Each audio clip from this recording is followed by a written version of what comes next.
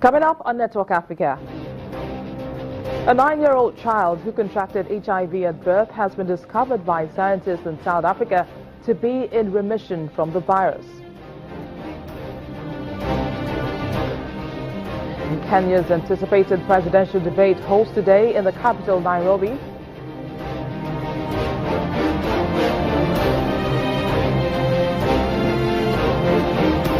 Past Nigerian musician Innocent Idibia, popularly called Two-Face, makes an appeal for displaced Boko Haram victims.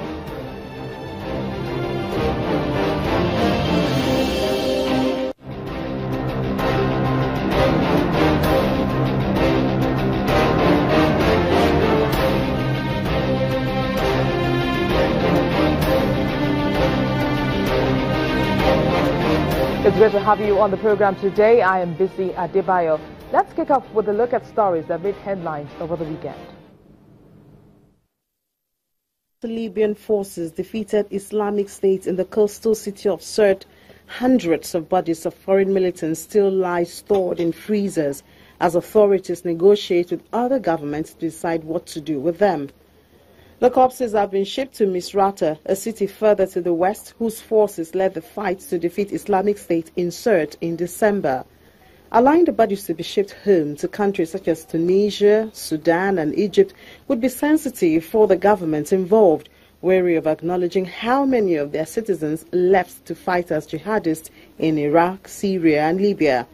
In Tunisia alone, officials say more than 3,000 citizens left to fight in Syria, Iraq and Libya.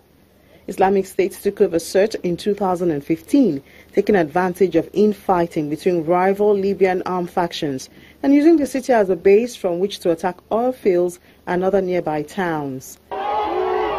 Elsewhere, Kenyan President Uhuru Kenyatta took his election campaign to the capital, urging his supporters to elect leaders who have a vision for the country. He led a procession of luxury sports utility vehicles around the city to reach different locations where he presented his policy to supporters and urged them to give him a second chance for the August poll. The president's main challenger is Raila Odinga, the veteran opposition leader, who is also crisscrossing the country seeking votes for his fourth run for the presidency. U.S. law enforcement authorities on Friday were seeking 6 teenagers from Burundi who went missing after robotics competition in Washington, 2 of whom had been spotted crossing the border into Canada. Officials at Canada's Border Services Agency, the Immigration and Refugee Ministry, and the Burundian Embassy in Ottawa said they had no information on the teens' whereabouts. The Royal Canadian Mounted Police declined to comment on the teens' whereabouts and said that anyone who crossed the border illegally would be returned to border services. Scientists from South Africa have revealed that a child who contracted HIV at birth has been in remission from the virus for 8.5 years. The child was given drug treatment in infancy during a trial, but has not had an HIV medicine since the age of 1. This is the first time long-term remission from HIV has been found in an African child. The scientists who reported the case are protecting the identity of the child, who is now 9.5 years old. They say the case is very rare, and the youngster's family are delighted. The medicine was given to the child at a time when it was still unusual.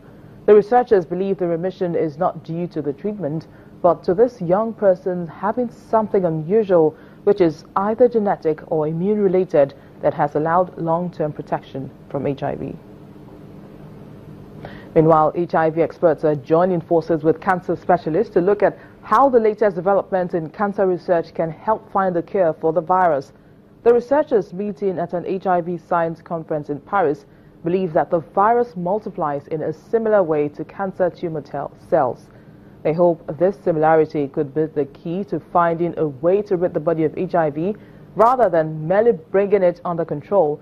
However, they say that while it's worth exploring the link, a quick result is unlikely because despite the similarities with tumor cells, HIV works in a specific way. Well, moving on now, one Moroccan UN soldier has been killed after Christian militiamen in the Central African Republic attacked the United Nations peacekeepers who are protecting a convoy of water trucks. 3 others have been injured in the attack, which took place in the southern diamond mining town of Bangasso, where Christian anti-Balaka militia have been besieging a cathedral housing hundreds of displaced Muslims. They've been sheltering in the compound since a wave of ethnic killings in May. We'll stay with our lead story of the HIV remission found in the child in Africa, and joining us to talk more on this is Dr. Bukola Jeminusu. Thank you for joining us on Network Africa. Thank you.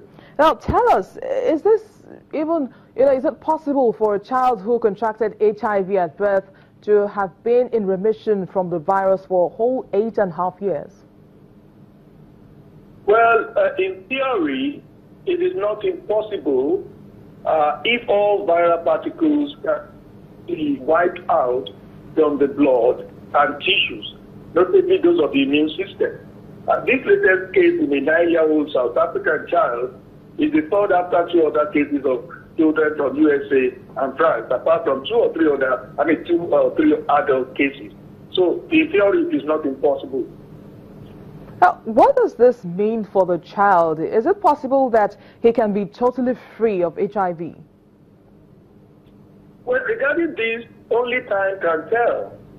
HIV is a very smart virus that may hide in some tissue and emerges when the immune state keeping it down begins to wane. I assume that this child must be enjoying a strong immune system, probably maintained by nutritional factors and good parental care. Well, yeah, I was just going to ask you if it was the drug that probably helped him or his strong immune system, just like you mentioned. But moving on now, the HIV experts are joining forces with cancer specialists to look at how the latest developments in cancer research can help find a cure for the virus. How will that work? Well, they are talking about collaborating. The planned collaboration makes sense because, to some extent, the mechanism of HIV replication is similar to how cancer cells multiply. Therefore, ideas may be pulled from both sides and may work both ways to check these modern plagues afflicting the world. Dr. Bukola Jeminusu, thanks for sharing your thoughts with us on Network Africa.